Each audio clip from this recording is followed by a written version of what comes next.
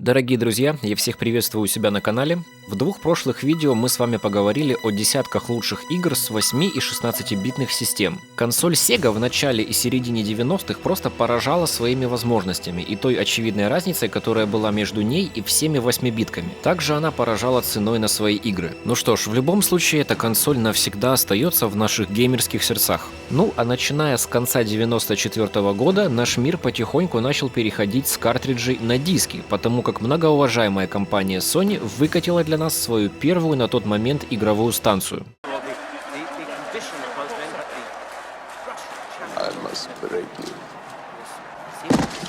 В тот момент началась новая эпоха, и в этом видео мы с вами также поговорим о десятке лучших, по моему мнению, игр с данной консоли. Кто не смотрел предыдущие два видео из данного ретро-сериала, ловите подсказки справа вверху экрана. Ну а остальные поехали. Еще раз напоминаю, что это не совсем топ, это лучшие игры, которые я ни в коем случае не сравниваю друг с другом, и моя любовь к ним одинаково сильна. Игра номер 1. Как и в прошлых видео, я буду немножко жульничать и помещать в один пункт несколько игр одной серии. И этой серией сейчас стала Resident Evil. Речь о первых 3 частях данной истории, которая тянется по сей день. Многие до сих пор с большим удовольствием перепроходят первые части, даже предпочитают именно их вместо некоторых современных ремейков. Первые игры этой серии, наверное, дали нам понять, что проекты в жанре хоррор могут существовать не только в кинематографе. Они учили нас думать, ориентироваться на местности, учили нас грамотно использовать ограниченный запас инвентаря. Ну и, конечно же, сносить голову многочисленным зомбям. Первая часть игры вышла в 96 году, вторая в 98, третья в 99.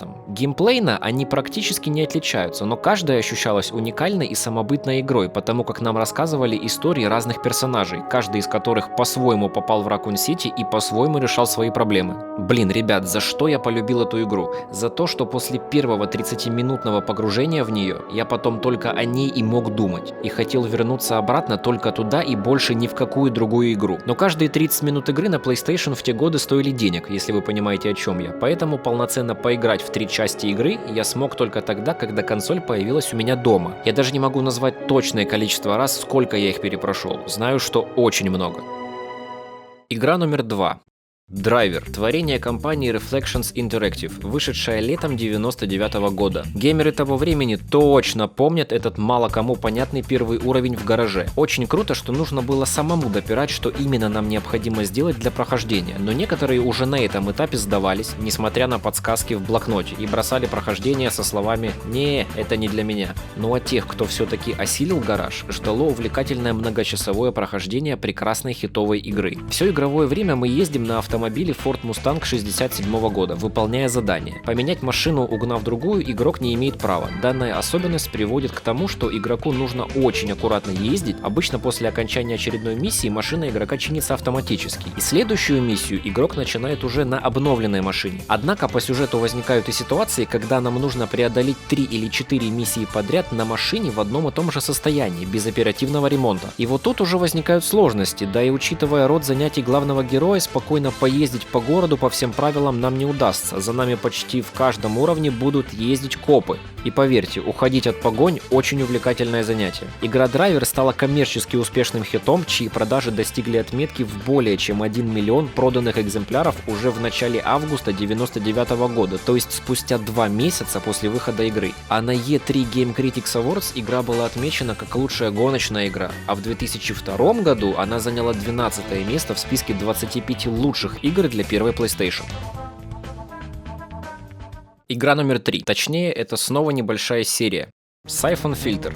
Игра сразу привлекла к себе внимание благодаря продуманному дизайну уровней и необычной комбинации шутера и стелса. Ну и, конечно же, сюжетом. Мы играем за специального агента Гейба Логана и расследуем серию биологических терактов. Вторая часть игры даже выходила на 2 дисках и даже имела многопользовательский режим. На моей памяти это была первая игра, в которой появились адекватные хедшоты. Стелс был просто шедеврален, и от него очень многое зависело. Кстати, уровни были довольно сложными, и присутствовало очень много моментов, где по сюжету ситуация выходит из-под контроля, все буквально катится к чертям, и игроку нужно быстро принимать решения при отсутствии каких-либо подсказок. Такое в те годы тоже встречалось довольно редко. Игра имеет некоторые общие черты с 3 первыми играми серии Splinter Cell, но в Siphon Filter присутствует больше экшена, и игра лично мне кажется более динамичной и разнообразной.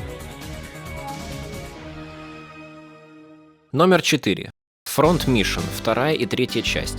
Но вторая, к сожалению, за пределами Японии никогда не выходила. Это пошаговые стратегии, разбавленные сюжетными кинематографическими вставками. Под нашим контролем несколько персонажей, которые находятся внутри ванзеров. Это такие большие шагающие роботы. Ванзеры можно было настраивать по своему усмотрению, давать им запчасти, оружие и предметы. Для этого дела между миссиями у нас был гараж. Сражения проходят на миниатюрных картах, условно разделенных на игровые клетки. Это была тактическая игра, где нам было необходимо грамотно громить вражеские отряды, детально продумывая наши действия. Присутствовал очень неплохой сюжет. Были также и побочные миссии, чтобы разнообразить все это дело. Графика, физика, спецэффекты, детально продуманный геймплей и звуковое сопровождение таки потрясали, и игра отличалась от многих тактических игр того времени. Я тогда даже немного ассоциировал эту игру с фильмом «Боевые роботы» 96-го года. Вот вам несколько кадров из фильма, может быть, кто-нибудь из вас его узнает. Гиб, если он вылепит из этой дуры, тебе конец. Игра номер 5.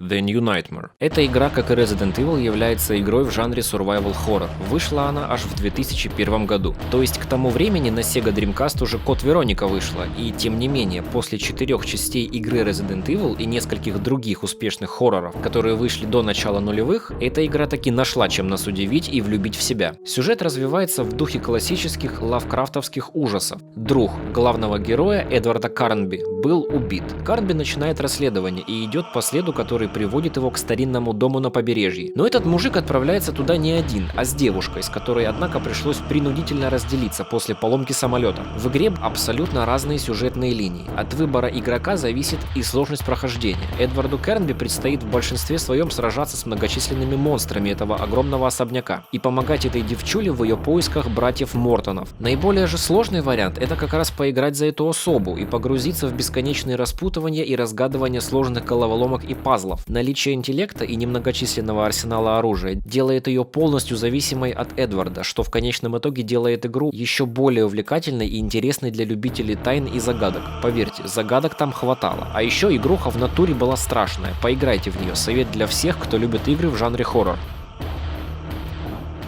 Под номером 6 у нас обосновалась Dino Crisis. Мы получили две прекрасные части этой игры на консоли PlayStation и третью, в которую почти никто не играл и даже не все о ней знают, потому как она выходила эксклюзивно для приставки Xbox. И судя по отзывам, она была так себе, лично я в нее так и не поиграл, поэтому расскажу только о первых двух частях. Первая часть была в жанре survival horror, а вторая больше как экшен, но элементы хоррора также присутствовали. Игровой процесс осуществлялся от третьего лица с камерой, зафиксированной в конкретных точках локации и следующей за персонажем. Игра изобилует разного рода головоломками вроде взлома замков. Кто играл в первую часть, наверное, помнит, что из-за корявой локализации было нереально пройти один сюжетный момент с вводом правильного кода. Вместо корректно написанной комбинации нам вывалили тупорылый набор символов, который ни разу не соответствовал тому, что мы непосредственно вводим в замок. Было очень неприятно, потому как игра нравилась буквально всем, кто в нее играл. Но чего еще можно было ожидать от прекрасной компании Capcom, которая уже подарила нам столько шедевров, включая Resident Evil. Вторая часть проходилась прекрасно, в ней было больше экшена, но от этого игра не становилась менее крутой. Напротив, она стала разнообразней, плюс сюжет в обоих частях был очень неплох. Если кто-нибудь из компании Capcom сейчас смотрит мое видео, я вам прямым текстом тонко намекаю, что мы хотим ремейк, и это не обсуждается. Спасибо за внимание, ждем ремейк.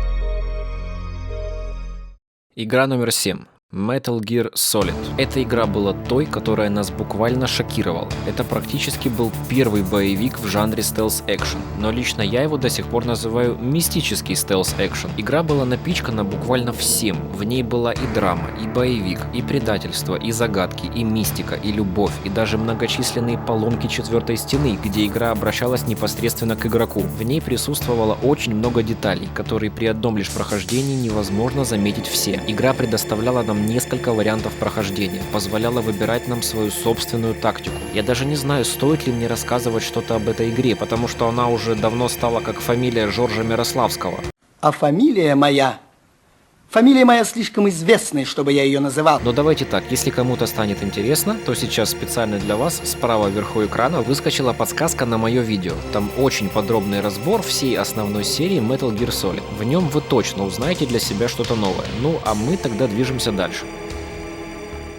Игра номер 8. Final Fantasy. Финальная фантазия или последняя фантазия. Очень уж обширную серию я сейчас выбрал, но именно сейчас я хочу отметить 7-ю, 8-ю и 9-ю часть. Каждая из них была самобытным хитом на первой консоли PlayStation. Важно понимать, что все номерные части Final Fantasy совершенно независимы друг от друга. Действие игры происходит в разных вымышленных мирах и описывает приключения разных героев, при том, что некоторые элементы, такие как имена второстепенных персонажей, игровая механика и характерные музыкальные темы, часто остаются неизменными. Сюжет, как правило, повествует о группе молодых людей, которые объединились в команду для борьбы с великим злом и путешествуют ради спасения мира. За редким исключением, сюжет всех частей абсолютно линеен. Действия игрока никак не могут повлиять на его развитие. Игры были очень длинными и интересными. 7-я часть выходила на 3 дисках, 8-я на 4 и 9-я также на 4. Во всех 3 играх нам предстояло управлять группой героев, которые путешествуют по игровому миру, взаимодействуют с неигровыми персонажами и выполняют различные задания для дальнейшего продвижения по сюжету. Города, подземелья и другие локации отображены на трехмерной карте мира, по которой путешествует игрок.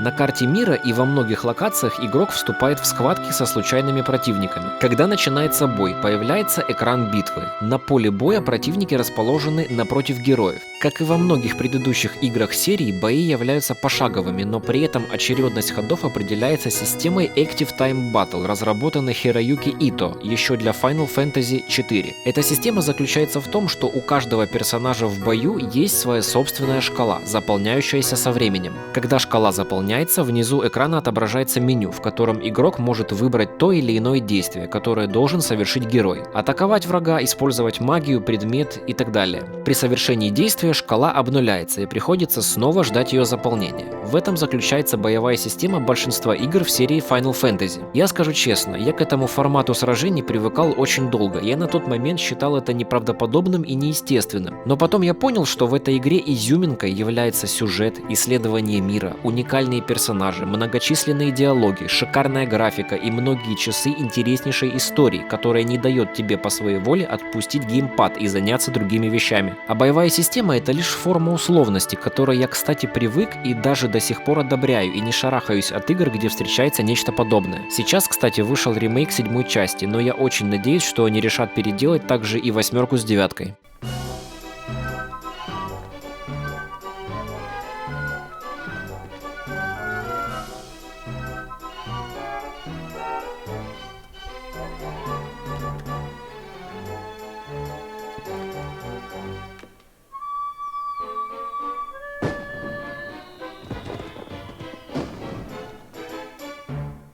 Игра номер 9. Очередь дошла до игр Parasite Eve. Это творение известной компании Square Enix. Кстати, вот только сейчас, когда я начал гуглить материал для этого видео, я узнал, что, оказывается, игра частично основана на фантастическом романе ужасов Хидеаки Сены «Паразит Ева». Честно, я этого не знал, и мне даже захотелось книжку прочитать. Но вернемся к игре. Она состоит из 2 частей. 3-я выходила на PlayStation Portable, поэтому о ней я говорить сейчас не буду. Игру можно охарактеризовать как ролевой хоррор-боевик. Это почти что полностью традиционная японская ролевая игра, но в отличие от серии Final Fantasy и ей подобных, во время боя есть существенное дополнение. Главный персонаж, Ая, может передвигаться по полю, причем на это не тратится никаких очков. Это небольшое дополнение переворачивает бой до неузнаваемости, так как соединяет традиционную тактику боя из японской ролевой игры и привносит в нее экшен-элементы из других жанров, заставляя игрока изучать и оценивать действия противника с другой стороны. Это сильно увеличивает разнообразие возможных тактик ведения боя с разными монстрами. А вот 2-я часть отличалась от 1-й, в ней был сделан шаг в сторону экшена. Теперь бои проходят целиком в реальном времени, то есть в отличие от 1-й части здесь отсутствует Active Time Battle, при наличии которого игрок обязан выждать определенное время перед следующим ходом. Сюжеты обоих игр были захватывающими. 2-я часть продолжает 1-ю, и я также очень хотел бы современный ремейк этих 2 шедевров. Ну что, друзья, перед тем, как я назову последнюю игру, я решил опять немного сжульничать и отдельно назвать игры, которые были максимально популярны в то время в игровых салонах. И если вы более или менее осознанно застали конец 90-х, то вы точно в них играли. Я просто сейчас скажу их название. Это как дань уважения с моей стороны, потому что они мне не простят, если я вообще их забуду. Так вот, хитами игровых салонов были Tekken 3,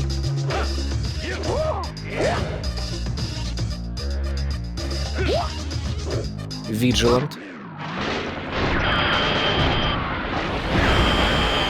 Twisted Metal,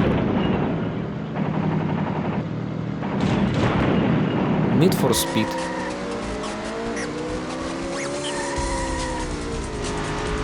Mortal Kombat 4, Army Man, Crash Bandicoot,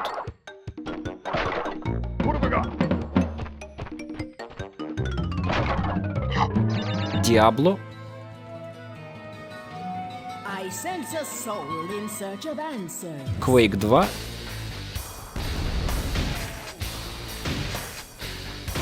Tomb Raider. Хотел вставить в десятку и последние 3 названные игры, но они до выхода на PlayStation уже существовали на персональных компьютерах, поэтому решил о них не упоминать. Но на PlayStation их также очень любили, особенно Diablo и даже Tomb Raider, несмотря на откровенно кривое управление. Игра номер 10. Ну, многие уже, наверное, догадались, чего здесь не хватает. В комментариях напишите, догадались или нет. Ну, конечно же, черт возьми, это Silent Hill. Это синоним слова «ужас». У меня на канале также имеется подробный разбор игр данной серии, и ловите подсказку. Как вы успели заметить, консоль PlayStation очень богата на отличные игры в жанре survival horror. И то, что они местами были похожими друг на друга, вовсе не отменяло крутости каждой отдельной. Скажу противоречивую фразу. Они были такими одинаковыми и при этом такими разными. Так чем же нам понравилась эта игра? Мы попали непонятно куда. У нас уместно ограниченная видимость, а это таки нагнетает. Город кишит разнообразными монстрами, которые появились непонятно откуда. Одновременно с нашим радио у нас включалась и паника, и паранойя. В игре незабываемая атмосфера, которая просит нас вернуться обратно и при этом отпугивает своей жуткостью. Огромное количество органично вписанных головоломок, и некоторые из них не такие уж и простые. Звуковое оформление и эффекты подчеркивают каждый мрачный момент. Музыку из игры можно слушать часами отдельно от самой игры, ведь ее написал легендарный Акира Ямаока. Кстати, особо отмечаем целых 5 концовок. Большое вам спасибо за то, что смотрели это видео и дожили вместе со мной до конца. Но это не конец, так как через какое-то время нас ждет мой личный топ 10 игрушек с консоли PlayStation 2. Друзья, если вам было интересно, ставьте палец вверх, подписывайтесь на мой канал. Это мотивирует любого автора становиться лучше и работать активнее. Всего вам доброго!